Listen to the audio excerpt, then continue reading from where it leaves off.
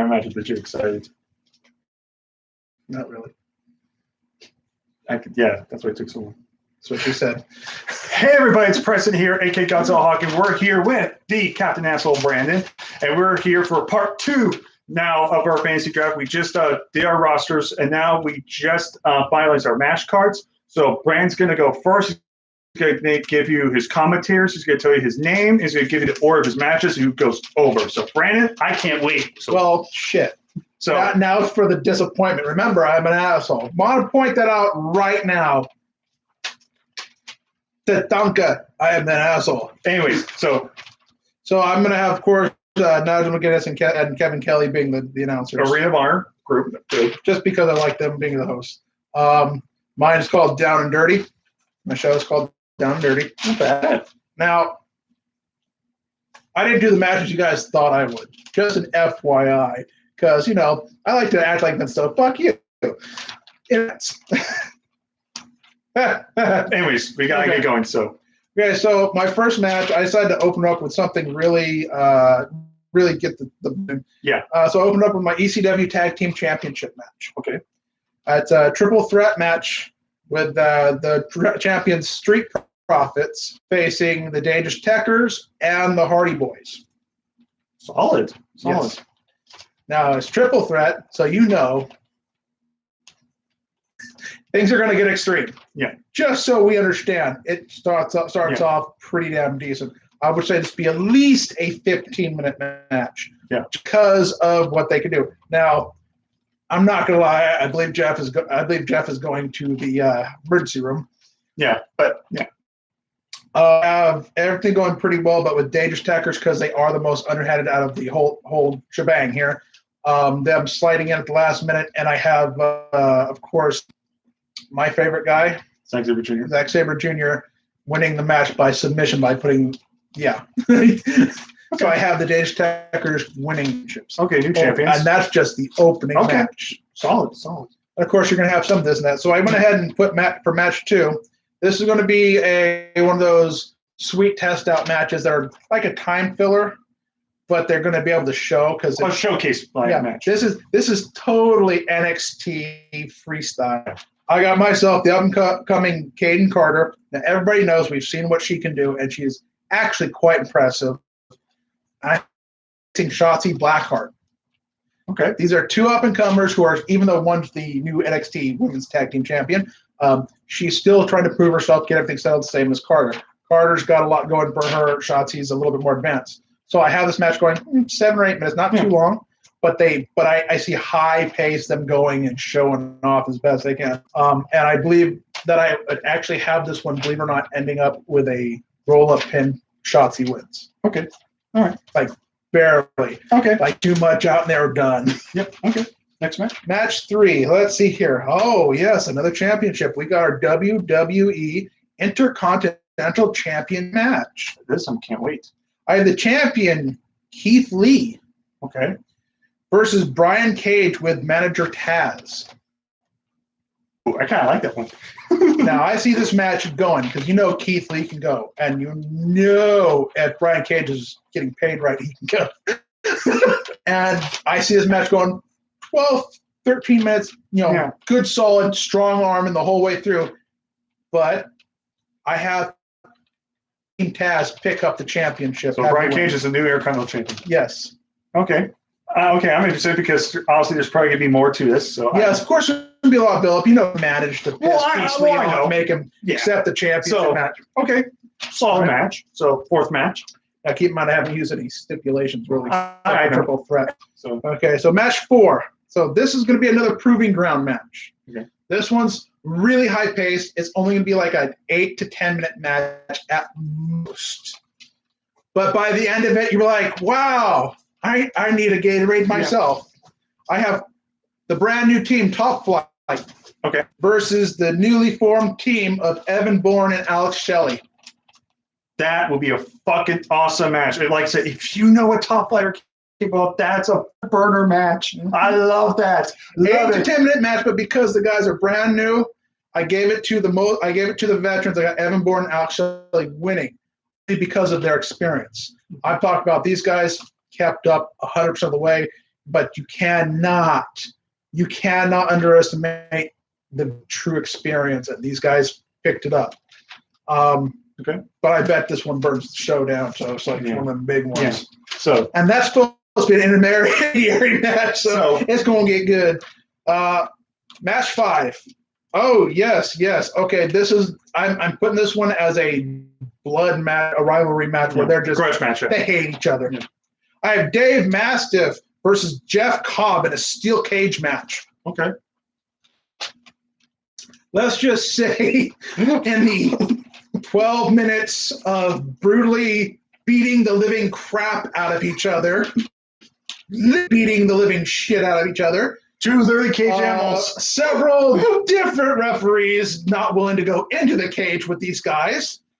I did have Cobb picking up the victory. But I do want to put that little added bonus. He is a part of the Empire, so I did have outside running in for added effect, even though it's supposed to be a pay-per-view. We don't like that, but yeah. But I don't want to take from my boy Dave Mack on Jeff Cobb, which is good. Yeah. Okay. 6.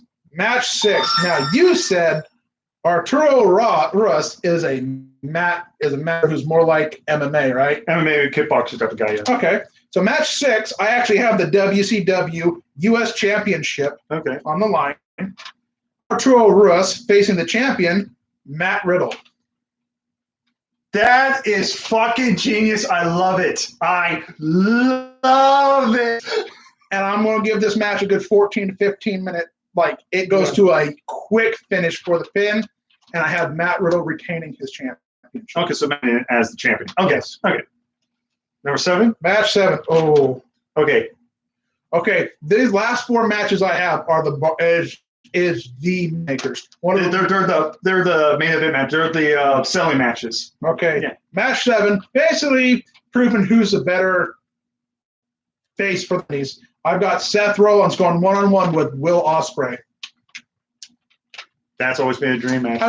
I was thinking about putting it in as a last man stand or just on Iron Man match. I would just let them just go singles match. Have their first match be just a singles match. I left it as a singles match. Yeah, that'll be a great match. I'm not gonna lie, I couldn't even pick a winner on that one. I could not. I can see them both get just disqualified or out. No end. But if I had to pick, I'd still say Will Ospreay in the long run because you don't take that to the back of the head and why. Yeah. Match number 8 will be my NWA Women's Championship. Okay. It'll have Candice LeRae versus Asuka being champion. Nice. I see this match going for basically. I could see Candice LeRae controlling the match and making it last longer. So I'd say again 12, 13 minutes, maybe. In the long run, she was ready for Asuka, and I do have Candice LeRae winning and picking up the title. Very good match. I like that. Okay, man, this is where everybody's like, why the fuck would you do that? I have a Legends versus Legends match, which I think would have been fairly interesting if it was done right. Okay?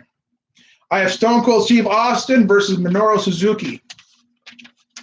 Love it. I fucking love it. Think about it. He does the stunner, and Suzuki, on his feet, just starts laughing at him. Oh, shit, I don't have enough beer for this. Stone Cold just flips him off. So it's oh, shit, the monkey's getting pissed. Stone Cold and Minoru Suzuki in their primes. That'd just be a fight. I love that one. That might be my favorite so far. Okay, so before we do number 10, I just have to make sure if this was an emergency. Nope, it's somebody else. Mexican. Yeah. Anyway, so. Okay, so my final match, which is my main event. Everybody's sitting there going, how in the fuck are you going to top that? Are you ready? Yeah, do it now. Hurry. Match number 10 is for the TNA World Heavyweight Championship. Okay. And it is a submission match. Okay. Daniel Bryan is the champion, Johnny Gargano. Love it. I'm going to have this match go for 27 minutes. A good half Neither hour. one willing to tap out. I have it literally going to the point where pass out happened, and I have the new champion, Daniel Bryan, win. Okay. Because remember, Daniel Bryan had that background history where he's not only the master of over 100 different submissions, he's a master of them, so he knows how to get out of them too, which includes the Gargano escape. Maybe pull out a new submission on him that nobody's ever seen before. Going, what the fuck is that? That's like the Anaconda. I said, just put your hand in his butt. And that would be my match. Honestly, I think that's one for the night. Granted, it's going to be like a 4-hour pay-per-view. Yeah, but I'm paying money to see it.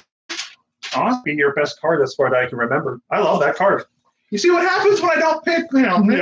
Yeah. So I'm going to try and speed run this because we got to go very soon. So our review is going to be called Hard Boiled. And my commentator. I'm sorry, eggs. I couldn't. I'm sorry. I'm just like, whoa. Well, hard boiled means like angry and stuff like that. It's also one of my favorite movies. So I have Hard Boiled, and my announcers are going to be Don Callis and Mauro Ranallo. Holy shit. Yeah. So my opening contest is going to be Ultimate X match for the X Division Championship. You got the current champion Ricochet versus Angelico versus El Fantasmo versus Scorpio Sky versus Dragon Lee. Holy shit! You put Scorpio Sky in there. Holy shit! I didn't think that would happen. And at the long run, I'll have Ricochet retain his championship, but it'll be a good like 15, 20 minute match. What really matters now is this is an Ultimate X? No, that's what I said. Ultimate X match. Nice. That's where it hangs from the X on the top. That's nice. So I want to try to speed run this. Next, we have a tag team no more contenders match. This is going to be a brawl match. This is going to be your type of match. It's just going to be like a 10, 12-minute match with a no more contenders tag team match. We have the Coffee take on Authors of Pain. Holy shit.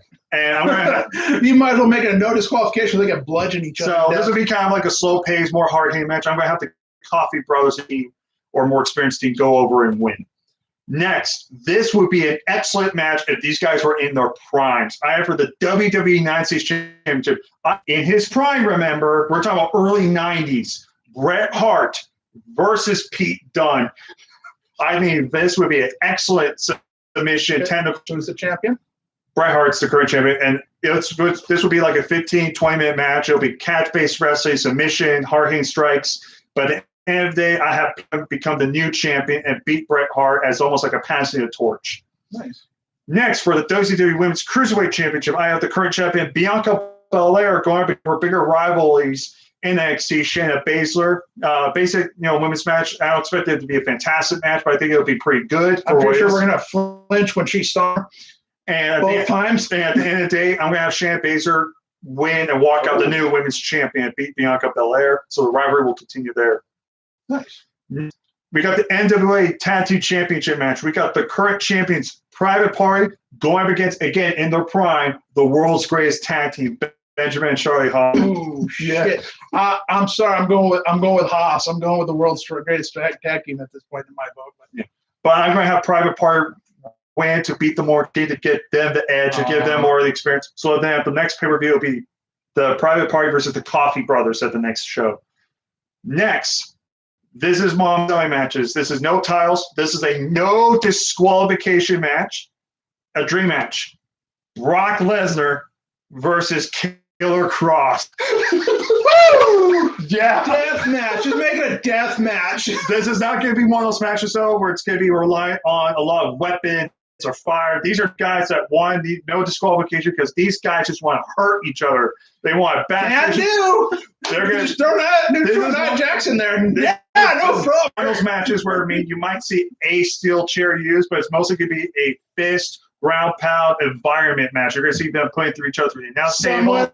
Kissing, going through the tag table, but at the end of the day, I'm going to have Karrion Kross. He's going to get lifted up for F5, and he's going for F5, but immediately catch into a cross jacket, locks it on Lesnar, and Lesnar passes out, and Kross ends up winning the match by passing out. So that's what happens when you don't have a Heyman in your corner. So Brock Lesnar loses, but he doesn't submit, so he still looks strong. But Karrion Kross gets the rub. Then finally, the main event, I have a Fatal 4-Way elimination match for the NWA World Heavyweight Championship. That's an elimination match. So in his prime, the current champion, Chris Jericho, versus Pentagon Jr., versus Jay White, versus Shingo Takagi. You didn't use Evil? I was, but I was like, I don't want to use Evil. So I thought those four would have been great. So within the first 5 minutes, I have Jericho, the champion, beat the first one eliminated by Jay White right off the bat. So you're already guaranteed a new champion. That's the orchestration. You think he'd be the smartest one in the match. He would actually be like, okay, as long as we eliminate the champion, it's guaranteed somebody's walking out. Yes. So Jay White's going to outsmart Jericho.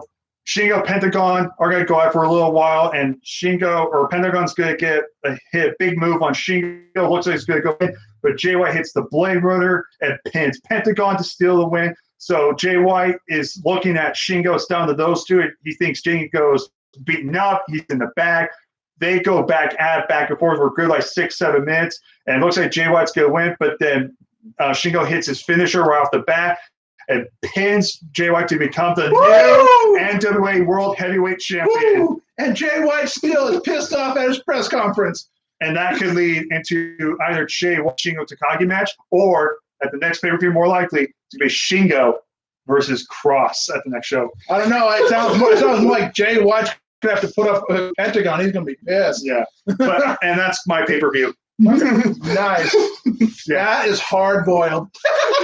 So that's going to be it, guys. We're going to head on off. So tell me in the chat down below, which one did you think, which card did you like better? Which one out of ours was your personal match at night? So stay tuned, guys. We are going to head right now so we can make it. We're going to see a new Mortal Kombat movie right now. So overall, I think we have pretty great cards, honestly. Murder! So with that being said, we're out here right now. So take care of my peeps. This is Brandon here. I'm Preston. Take care of our peeps. Have a good night. Stay boiled and get down and dirty. Ooh, I've seen that porno.